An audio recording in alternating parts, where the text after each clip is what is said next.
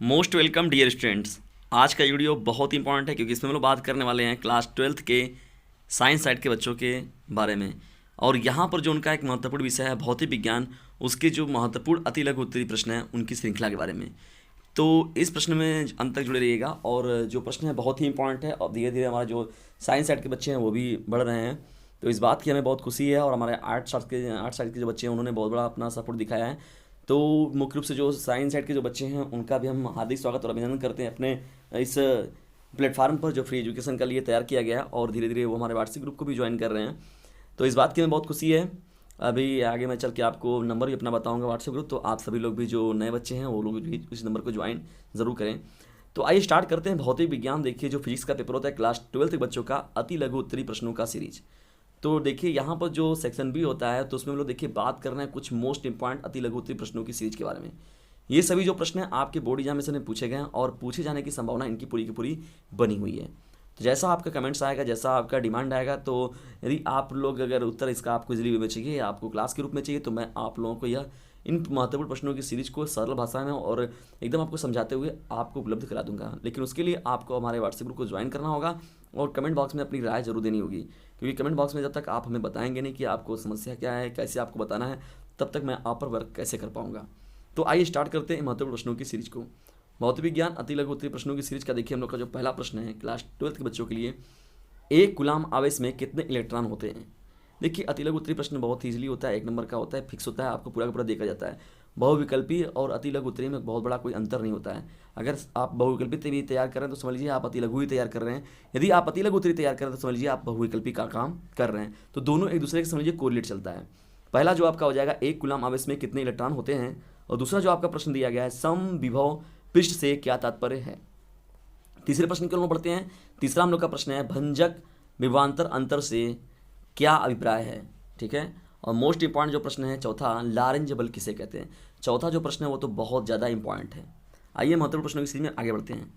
चलिए dear student बढ़ते हैं हम लोग पांचवें प्रश्न की। पांचवा देखिए हम लोग का प्रश्न क्या है, गतिशील आवेश में कौन कौन से क्षेत्र उत्पन्न होते हैं। इंपॉर्टेंट प्रश्न है अति लघु उत्तरीय में। छठवां हम लोग का देखिए प्रश्न क्या शामिल किया गया है, धारामापी को अमीटर और वोल्टमीटर में किस प्रकार परिवर्तित करते हैं। प्रश्न को मैं फिर से एक बार रिपीट कर दे रहा हूँ।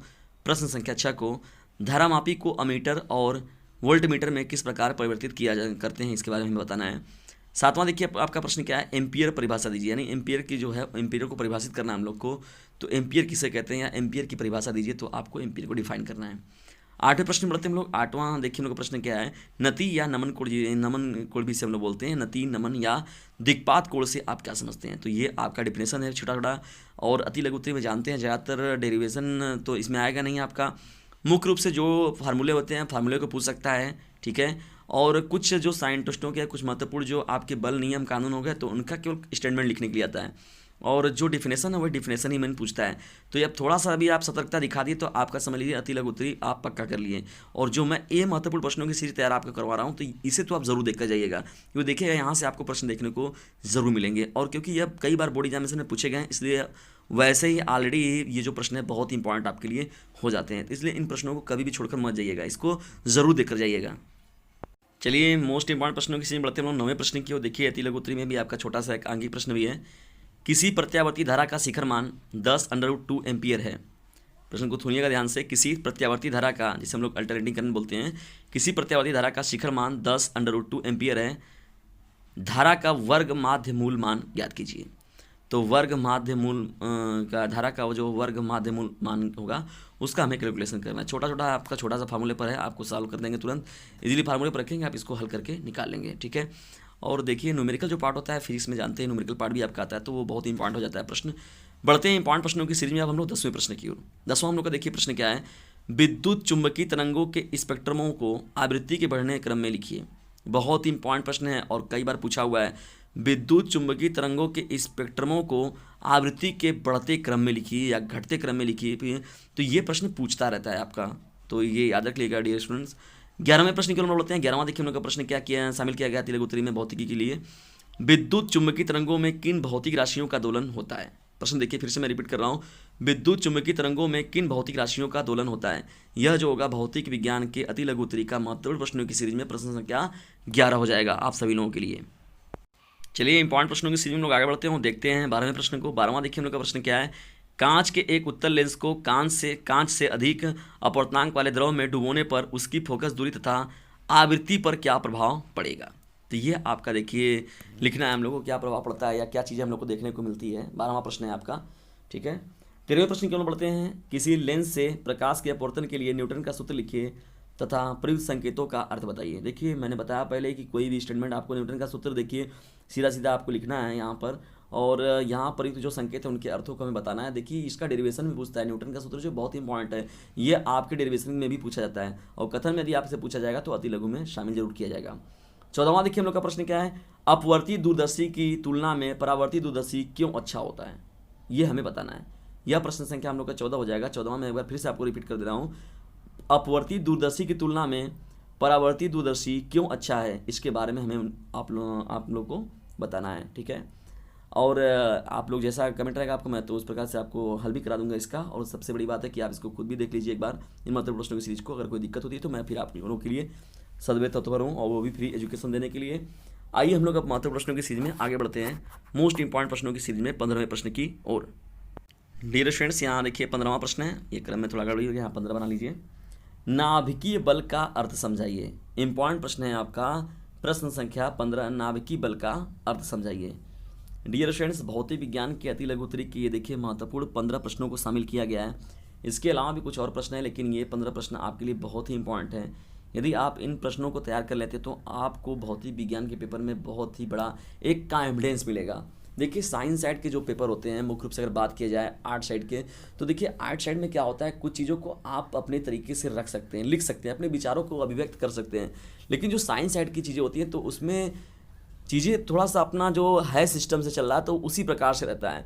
तो साइंस जो होता है वो स्टडी जरूर मांगता है मुख्य रूप से। हालांकि स्टडी सभी सब्जेक्ट मानते हैं, ऐसी बात नहीं है, लेकिन फिर भी देखिए यहाँ पर इसमें आप अपने से नहीं लिख सकते। तो इसलिए आप लोगों को, वे बच्चे जो प्राइवेट पढ़ रहे हैं या तो रेगुलर स्टडी के लिए साइंस की पढ़ाई को नहीं कर पाते हैं, आप जानते भी हैं कि साइंस की पढ़ाई थोड़ी महंगी पड़ जाती है, तो उन बच्चों तक इस वीडियो का लिंक जाता है तो मुझे इस बात की बहुत खुशी होगी, और उनको उनकी ऊंचाई तक पहुँचाकर मुझे बहुत इस बात की बहुत खुशी होगी। और देखिए फ्री एजुकेशन का जो प्लेटफॉर्म तैयार किया गया है, अभी थोड़ा हम लोग का सिस्टमेटिकली व्यवस्थाएं थोड़ी मिताएँ चल रही हैं, जल्दी बनेंगी जब तो मैं आप लोगों को एकदम 3-3, 4-4, 5-5 आप लोगों के लिए अपने प्राइमर पर या जो मोस्ट इंपॉर्टेंट वीडियोज़ होंगे मैं नियमित रूप से आपको देता रहूँगा, ताकि आपके जो मोस्ट इंपॉर्टेंट डाउट होंगे वो क्लियर होते रहेंगे।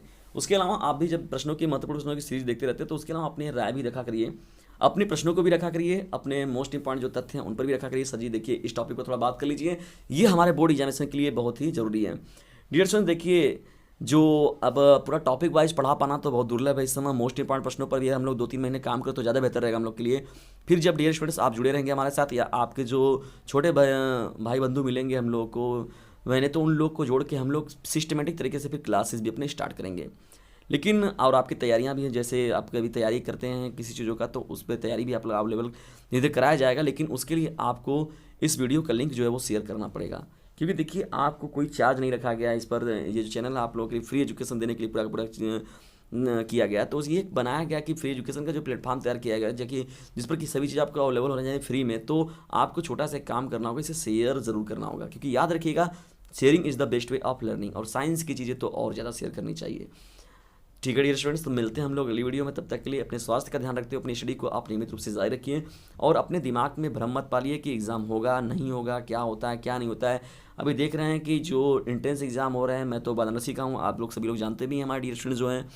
तो देखिए बनारस से हमारा एक बहुत बड़ा संस्थान पड़ता है जिसको BHU हम लोग कहते हैं, बनारस हिंदू यूनिवर्सिटी, और मैं वहाँ का विद्यार्थी भी रह चुका हूँ। और सबसे बड़ी बात है कि मैं वहाँ की कुछ चीज़ों को बहुत करीब से मैंने देखा है, क्योंकि जो जहाँ पर स्टडी करेगा तो भाई जाहिर सी बात है उसके बारे में तो वो अच्छे से जानेगा ही।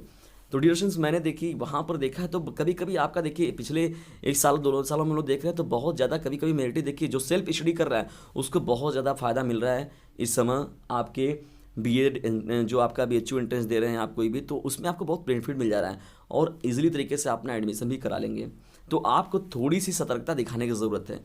ये हो सकता है आप स्टडी कराएंगे, पेपर गवर्नमेंट कैंसिल करती है या कराती है नहीं कराती, वो तो बात की बात है, लेकिन आप अपनी स्टडी को जारी रखिए। और जो भी होता है तो वो जो भी अगर आता है अपडेट तो मैं आपको अपडेट पूरा तुरंत दूंगा, और जो भी टाइम टेबल आपका शेड्यूल बनेगा तो मैं पूरा आपके बारे में आपको पूरा उसका खाका बनाकर पूरा तैयार करके दे दूंगा, ठीक है डियर स्टूडेंट्स। लेकिन आप अपनी स्टडी को जारी रखिए, क्योंकि बोर्ड एग्जामिनेशन है अब आपके सर पर, और सबसे बड़ी बात है कि जो एंट्रेंस एग्ज़ाम वगैरह होंगे, और सबसे बड़ी बात है कि आप देखिए एक खुद वैसे शिक्षक से आप स्टडी कर रहे हैं जो कि उस प्रांगण में रह चुके हैं, तो इसलिए डियर स्टूडेंट्स आप रेगुलर अपनी स्टडी को करिए, क्योंकि याद रखिएगा अभी नहीं तो कभी नहीं। और एक जिद बना लीजिए कि नहीं, हमें उस प्रांगण में पहुँच कर जाके पढ़ना है ये, और वास्तव में बहुत ही ज़बरदस्त वो प्रांगण है जिसे हम लोग काशी हिंदू विश्वविद्यालय के नाम से जानते हैं। तो डियर स्टूडेंट्स इसे शेयर ज़रूर करें।